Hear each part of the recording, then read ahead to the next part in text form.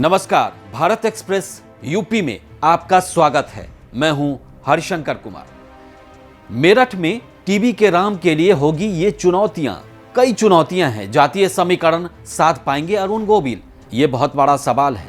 आपको बता दें कि बीजेपी ने मेरठ में टीबी के राम यानी अरुण गोविल को अपना उम्मीदवार बनाया है। मेरठ लोकसभा सीट पर बीजेपी ने अरुण गोविल को उम्मीदवार तो बना दिया, वहीं एआईएमआईएम ने भी इस सीट से कैंडिडेट खड़ा किया है। आइए जानते हैं इस सीट पर टीबी के राम के लिए राह आसान है या मुश्किल। 2024 में 400 सीट जीतने के लिए बीजेपी ने अपनी पूरी ताकत झोंक दी है।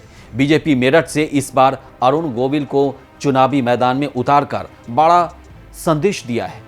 तो सवाल है कि क्या रामायण के राम को चुनावी मैदान में उतरने से क्या असर पड़ेगा?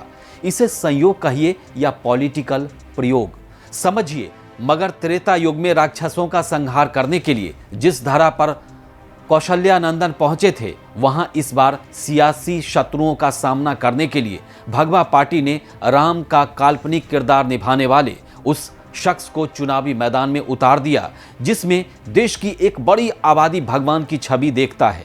अरुण गोविल अब चुनावी रण क्षेत्र में उतरे हैं। वोट युद्ध में विजय का आशीर्वाद लेने के लिए अपनों के बीच करवद खड़े हैं। अरुण गोविल के आसरे जाटलैंड पर विजय पताका बरकरार रखने के लिए बीजेपी ने औपचारिक शंखनाद कर दिया है। 66 वर्ष की उम्र में चुनावी राजनीति में नई पारी शुरू करने वाले अरुण गोविल बेहद उत्साहित हैं। मर्यादा पुरुषोत्तम श्री राम को कल्पनाओं से सुनहरे पर्दे पर उतारकर लोकप्रिय हुए अरुण गोविल इस बार राम नामी पार्टी का झंडा थामकर सियासी संग्राम में जीत को लेकर आश्वस्त हैं। जिस मेरठ से अरुण गोविल को चुनावी मैदान में बीजेपी ने उतारा है, वो अभेद्य किला सा रहा है। पिछले 8 चुनावों में 6 बार बीजेपी ने जीत हासिल की। हालांकि गोविल की राह इतनी आसान नहीं है। आइए हम कुछ सवालों के जवाब जानते हैं। राम के चुनावी मैदान में उतरने से क्या असर पड़ने वाला है? क्या मेरठ के जरिए पश्चिमी यूपी को साधने की कोशिश है? इंडिया में कैंडिडेट को लेकर कंफ्यूजन से नुकसान होगा?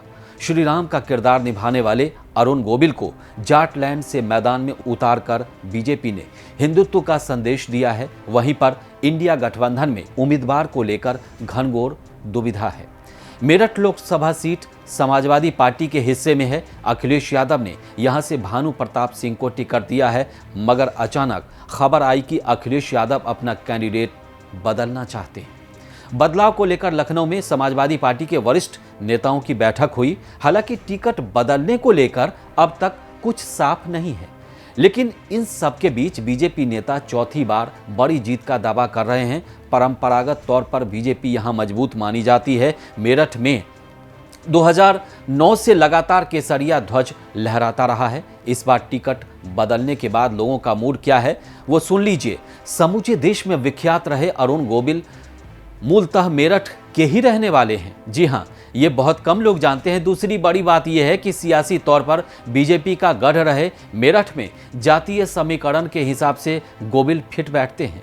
मेरठ में मुस्लिम वोटर सबसे ज़्यादा है। इनकी आबादी करीब 5.5 लाख है। दूसरे नंबर पर दलित है, इनकी संख्या करीब 3 लाख है।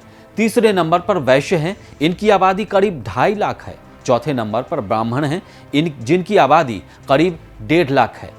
5वें नंबर पर जाट वोटर हैं, जिनकी आबादी करीब 1 लाख है।